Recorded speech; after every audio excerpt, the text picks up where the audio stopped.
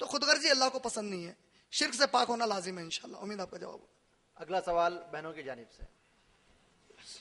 السلام علیکم. میرا نام یاسمین فاطمہ ہے. اگر کوئی بیمار ہے تو آپ نے اللہ کا کلام اگر اس کو پلیتا یا تعویذ دے کر اللہ کا کلام سے پھونک کے پڑے تو یہ جائز ہے یا نہیں؟ بہن نے کہا ہے کہ اگر کوئی شخص بیمار ہے تو اگر اسے اللہ کے کلام سے کچھ پڑھ کر پھونکتے ہیں تو یہ جائز ہے یا نہیں ہے. بہن پھر سے ایک مرتبہ میں آپ کو یاد دلا دوں, آپ کچھ بھی کر رہی ہیں, اس کی اگر دلیل نبی اکرم صلی اللہ علیہ وسلم اور صحابہ سے ملتی ہے تو جائز ہے. سورہ فاتحہ تفسیر ابن کثیر آپ پڑھیں گے, اور وہ روایت صحیح بخاری میں بھی آئی ہے, صحیح بخاری والیوم نمبر 6 میں, کہ صحابہ نبی اکرم صلی اللہ علیہ وسلم کے پاس آئے اور کہتے ہیں کہ یا رسول اللہ ہم ایک جگہ گئے ہوئے تھے, وہاں پر ایک شخص کو کسی بچھو نے ڈنک دیا, ہم نے اس پر سورہ فاتحہ پڑھ کر پھونک دیا اور انہوں نے معاوضے میں ہمیں بکرا دے دیا. نبی صلی اللہ علیہ وسلم کہتے ہیں کہ تمہیں چاہیے کہ وہ بکرے میں سے میرا بھی کچھ حصہ کر دو. تو اس سے دو چیزیں ثابت ہوئی. ایک, اگر آپ قرآن پڑھ کر پھونکتے ہیں تو نبی صلی اللہ علیہ وسلم نے اس کی اجازت دے دی, اس میں سورہ فاتحہ پڑھ کر پھونکتے ہیں تو کلیئر اجازت آ گئی. دوسرا یہ کہ نبی صلی اللہ علیہ وسلم نے آپ کے اس عمل کے کوئی آپ کو معاوضہ دیتا ہے تو اس کو حلال کیا, یہاں تک کہ نبی صلی اللہ علیہ وسلم نے کہا مجھے بھی دے دو. دونوں بھی چیزیں جائز ہو گئی. تیسرا مسئلہ, نبی اکرم صلی اللہ علیہ وسلم کی ایک حدیث شریف ہے, تمہاری سب سے زیادہ حلال کمائی وہ ہے جو تم لوگوں کو قرآن سکھا کر لیتے ہو. اس کی بھی اجازت آ گئی. مسئلہ اور ایک, قرآن میں اللہ نے سورہ بنی اسرائیل میں کہا قرآن شفاء المومنین ہے, مومنوں کے لیے شفا ہے, علاج ہے. ساری قرآن کہا اللہ تعالیٰ نے, کا مطلب اگر آپ قرآن سے کوئی حصہ پڑھ کر پھونکتے ہیں تو انشاءاللہ کوئی گناہ نہیں ہے. لیکن اگر اس پر تعداد فکس کرتے ہیں, 3 مرتبہ یہ پڑھو, 2 مرتبہ یہ پڑھو, 100 مرتبہ یہ پڑھو, 3 2 100 بولنے کے لیے نبی صلی اللہ علیہ وسلم سے دلیل لانا پڑے گا, ورنہ وہ جائز نہیں ہے. آپ کتنی بھی قرآن پڑھتے ہیں, 1 بار پڑھتے ہیں, 50 بار پڑھتے ہیں, کبھی 13 بار پڑھتے ہیں, کبھی 2 بار پڑھتے ہیں, الحمدللہ کوئی مسئلہ نہیں ہے. فکس کرتے ہیں تو نبی صلی اللہ علیہ وسلم سے دلیل لانا پڑے گا, ورنہ وہ جائز نہیں ہے. جیسا ہمارے پاس کیا ہوتا ہے, درود لکھی درود تاج پڑھے تو 1 لاکھ ثواب ملتا. نبی صلی اللہ علیہ وسلم فرما رہے درود ابراہیم پڑھے تو خالی 10 ملتے. تو اب نوز باللہ نبی صلی اللہ علیہ وسلم پیچھے, امت آگے. ارے آپ بولے تو کیا ہوتا بھائی, 30 سے پڑھے تھے ہم, ہو سکتا ہے ایسا نہیں. نبی صلی اللہ علیہ وسلم فرمائے 10 رحمتیں درود ابراہیم پر. تو اب اس کے آگے کچھ بھی اسی طریقے سے تعداد نبی صلی اللہ علیہ وسلم دیں گے تب جائز ہے. پڑھ کر پھونکنے میں آپ کو ہمیشہ یہ یاد رکھنا چاہیے کہ اس کو انکریج نہیں کرنا چاہیے. اگر IREF پر میں ڈپارٹمنٹ کھول لیا نا, ہم لوگ کروڑ پتی ہو جاتے. گرانٹیڈ آتی پبلک ہمارے پاس, کئی لوگ آتے ہیں ہمارے پاس, میں انہوں کو ڈسکریج کرتا ہوں. میں یہ بولتا ہوں کہ پڑھنے سے پہلے آپ کو معلوم میرا کاروبار نہیں چل رہا, کاروبار اس وجہ سے نہیں چل رہا یہ ضروری نہیں ہے, ہو سکتا تو بے وقوفی سے کاروبار ڈالا. عمر ابن خطاب رضی اللہ تعالیٰ عنہ کے پاس ایک صحابی آ کر کہتے ہیں میں راشن کی دکان کھولنا چاہتا ہوں. عمر رضی اللہ تعالیٰ عنہ, میرے پاس حلال مال ہے, کیا میں کھول لوں؟ امیر المومنین نے کہا تجربہ کتنا ہے اس کا؟ کہا کچھ بھی نہیں ہے, اجازت نہیں دیتا. بولے حلال مال ہے, بولے مال حلال ہوگا تیرا, اگر اجازت دوں گا تو راشن کی دکان ڈالے گا, جب نقصان آئے گا تو اللہ پر روئے گا بجائے اپنی بے وقوفیوں کے. ہمارے پاس میکسیمم پھکانے کو کب جاتے ہیں, کرتے بے وقوفی خود. میاں بیوی کا جھگڑا ہو رہا صاحب کیا کروں, جوائنٹ فیملی میں کئی کو رکھا رہے اس کو. جوائنٹ فیملی اسلام میں جائز نہیں ہے. جھگڑا ہونا اچھا ہوتا, تیرے بالا نچوڑے جانا, پورے نوچ دینا انہیں, کھال نکل جانا تیری, حرام کاما گھر میں کرا. تو جوائنٹ فیملی نہیں ہے بول رہے ہیں اسلام میں, لے کے جا کے پوروں کے ساتھ رکھتا. تو جھگڑے نہیں ہوں گے تو کیا ہوں گے؟ اب جب جھگڑے شروع ہوتے ہیں شک شروع کرتا بیوی پہ, اس کی اماں کچھ بھی کرا رہی ہوں گی. اب اس کے بعد خود منحوس جاتا کہیں بھی, وہ جس منحوس کے پاس جاتا ہے انہیں تو گراہ کا آیا بولتا. یہ دھندا بن گیا ہمارے پاس. یہ پھونکنے پھکانے کی ضرورت ہی نہیں پڑتی. ماشاءاللہ جس کو بھی بیماری آئی خود قرآن پڑھو, نہیں پڑھ سکتے قرآن سنو, جتنا ہو سکے اس کو لاسٹ آپشن بنانا چاہیے. 70,000 جو بغیر حساب کتاب کے جنت میں جائیں گے وہ کون؟ جنہوں نے خالص اللہ پر توکل کیا اور جھاڑ پھونک سے دور رہے انشاءاللہ. بھائیوں کی جانب سے آج کی اس محفل کا آخری سوال. السلام علیکم. بھائیوں کی جانب سے جی بولیے.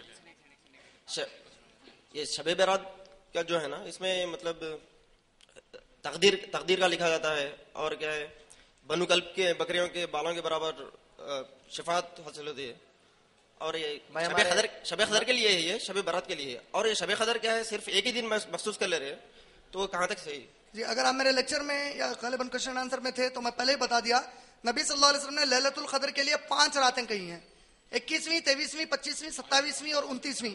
اس میں ہم کو کوئی ایک طے کرنے کی اجازت نہیں ہے، ہم کو نہیں کرنی چاہیے.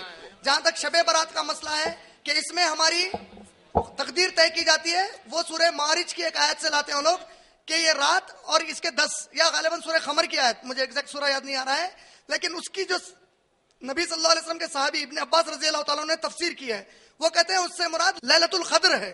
لیلۃ القدر دیکھیے تقدیر سے جڑا ہوا ہے.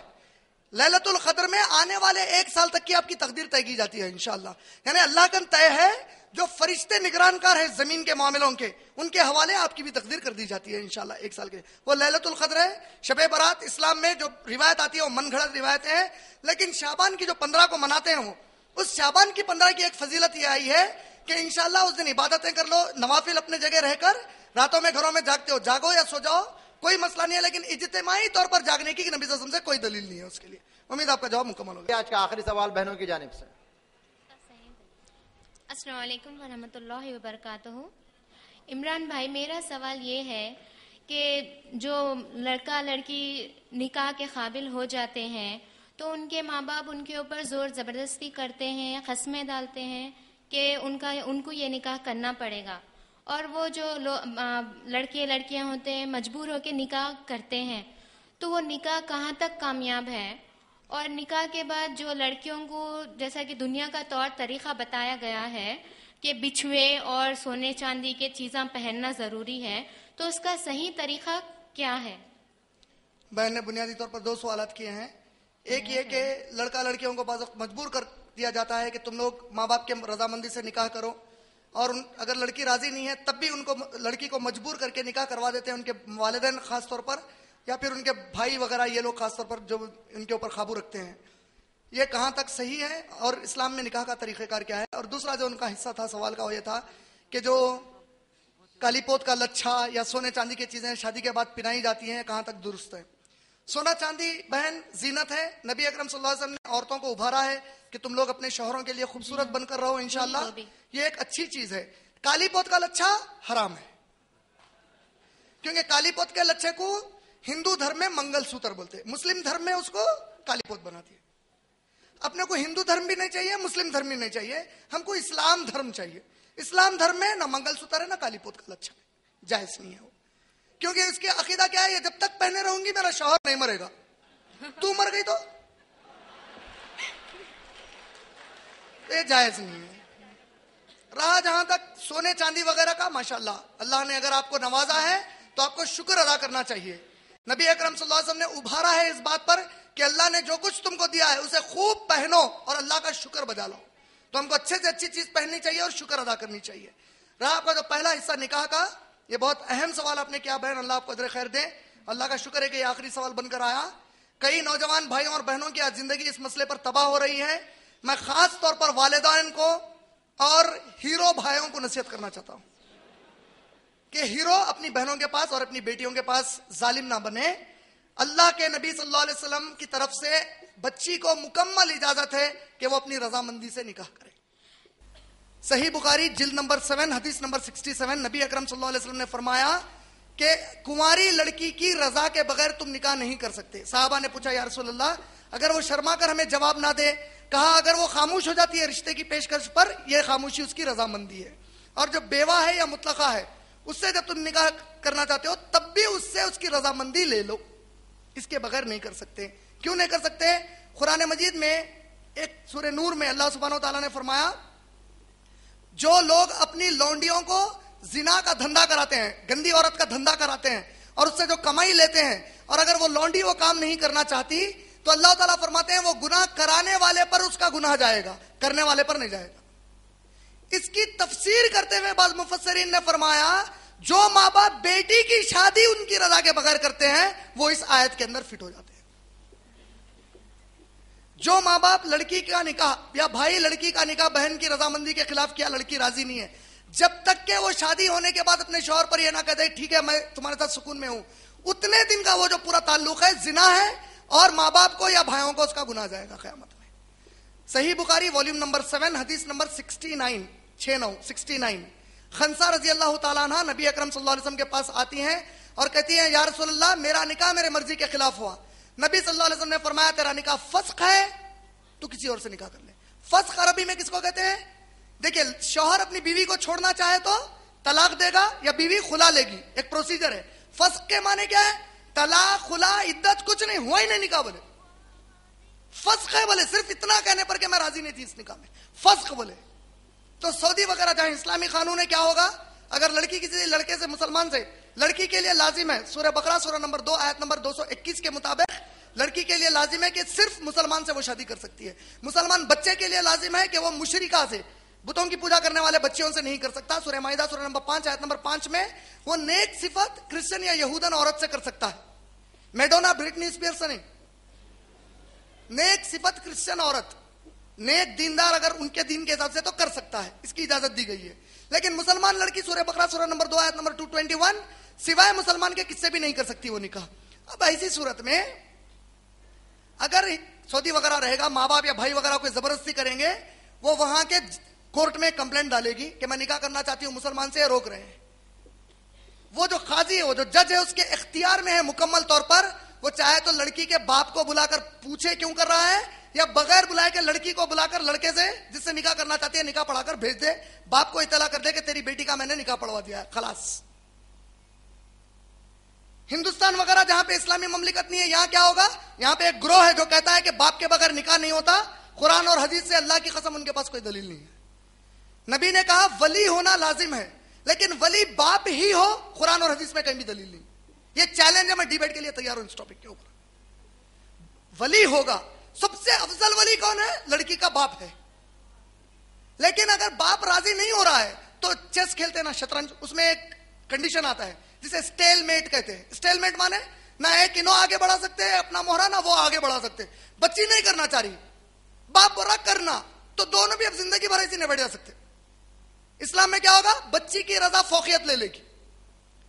بچی کو ہمارے ملک میں کیا ہوگا, ہندوستان میں چاہے کوئی جماعت والے ہوں مسلمان, پرسنل لا بورڈ کا نکاح نامہ ہونا پڑتا نا, قاضی نکاح پڑھانا ہی پڑتا نا.